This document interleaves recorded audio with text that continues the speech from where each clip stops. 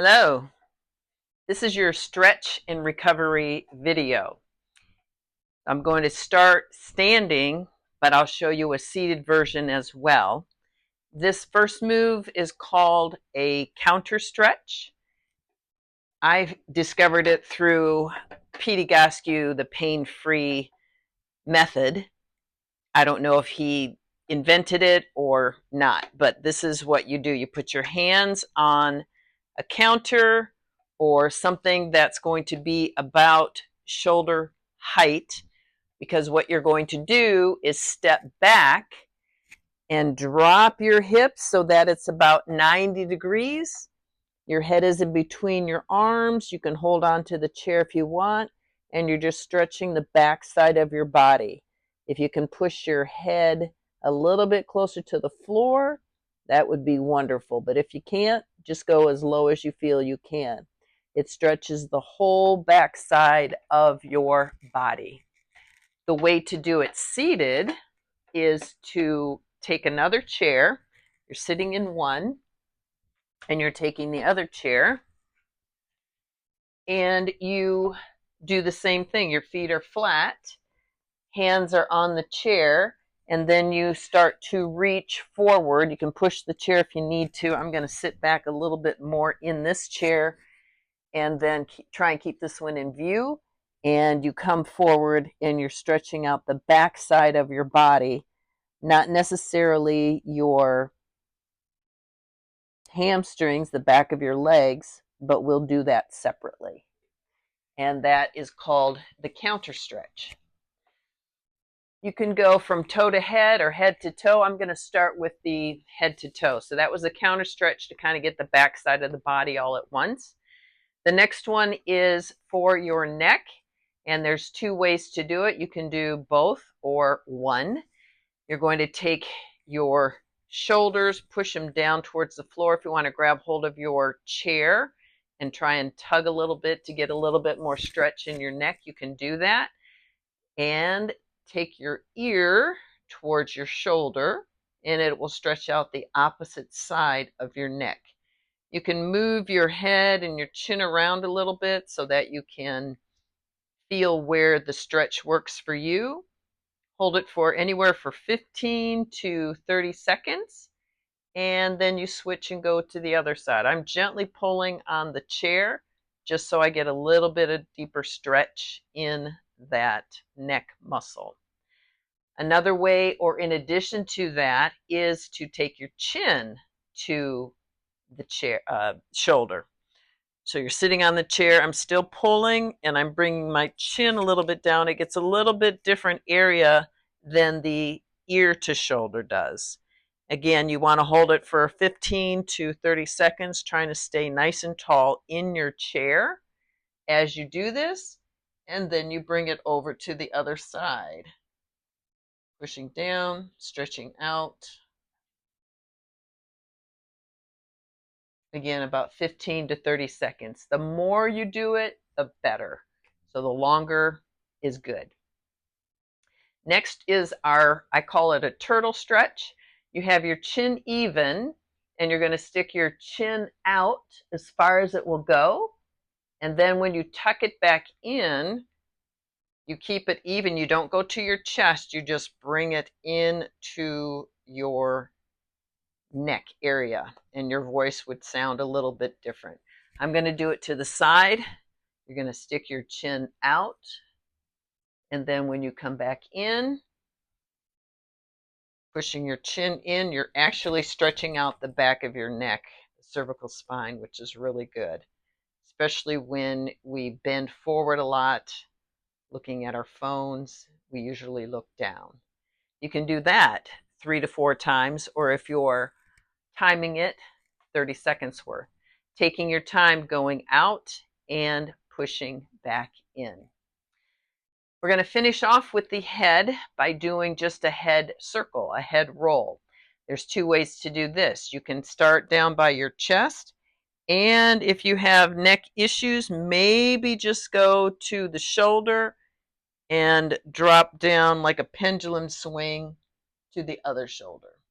If you have a little bit more mobility, You can take your chin towards your chest and go all the way around as high as you want to go. Don't hyperextend, but you do want to stretch your neck. Take your time doing this, and then you go the other way. And if you're timing it, you could do it for 30 to 45 seconds, or at least 2 times each way. Take your time on those.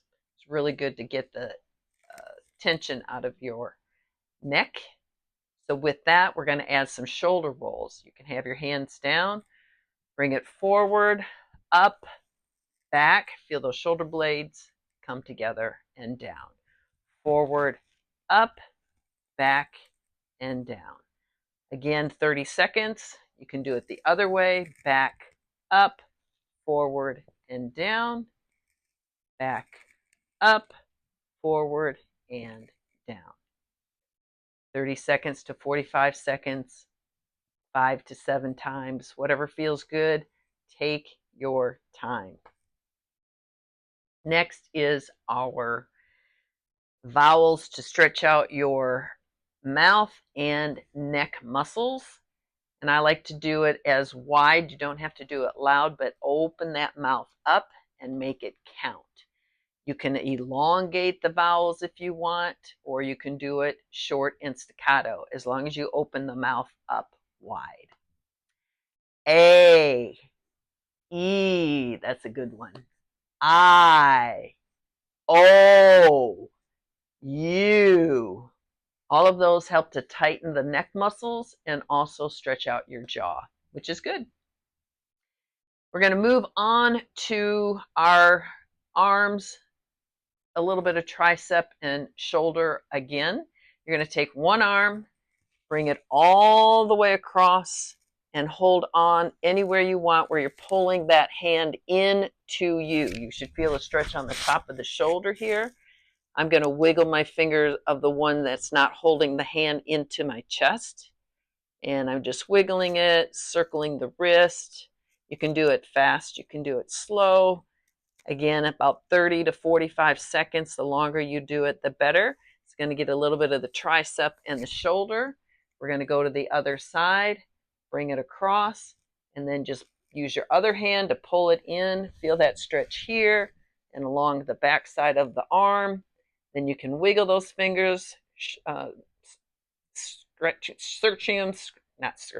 stretching them out, circling around, and getting that wrist loosened up as well as the fingers.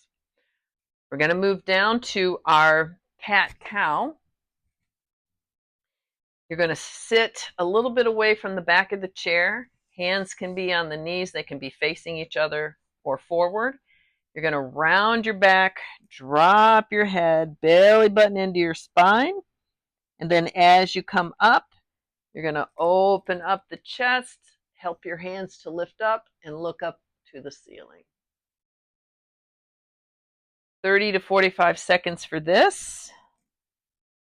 I like to add breathing to this. I will turn sideways and show you a couple that way. You want to round everything sitting on the middle of your chair. Hands here, round the back, drop the head, belly button into the spine, elbows out. Use your hands to push. Come up, arch the back a little bit, open up the chest and shoulders, and then look up to the ceiling. Definitely 4 to 5 times. 45 minutes to a minute would be great for that one. Another one to stretch out the sides is you can have one hand on your hip or one hand on the chair.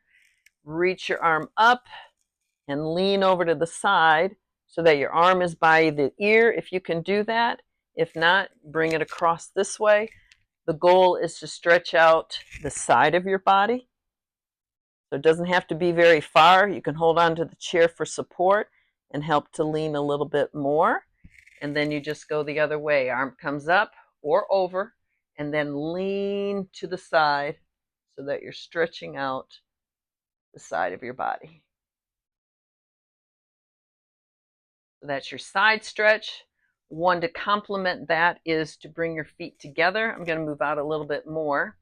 feet together, knees together, hands on the side of your thigh. As you press in, you're going to look over that same shoulder that you are pressing into. So if you're all on the right side, everything is looking to the right. Everything is pressing to the right. You just glide over to the other side, press in, look behind you, and it just does a nice gentle stretch for your back and a little bit for your obliques as well.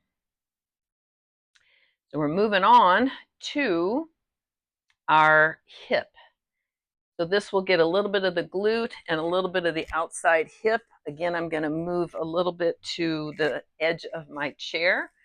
There are two ways to do this. If you are a little bit flexible, you can put your ankle above your knee, flatten that out as much as possible. My hip doesn't move, so I can't make it flat.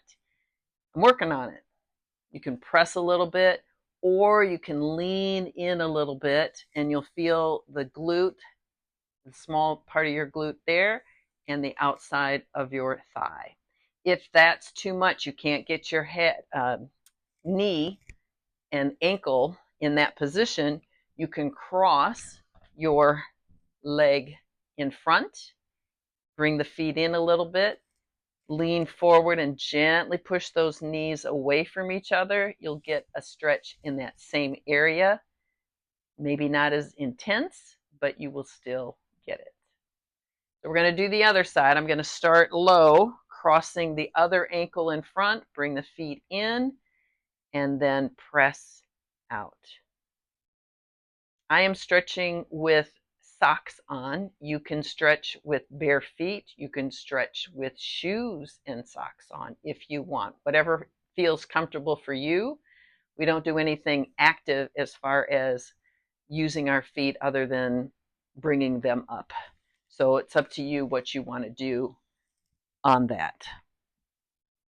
This is the higher version where your knee is in front and your ankle is just behind that knee. Then you gently lean forward or gently push down or a little bit of both. Again, when you think about it, 30 to 45 seconds is good. And you can inhale and exhale either through your nose, or you can inhale and exhale through your mouth. Whatever feels better for you.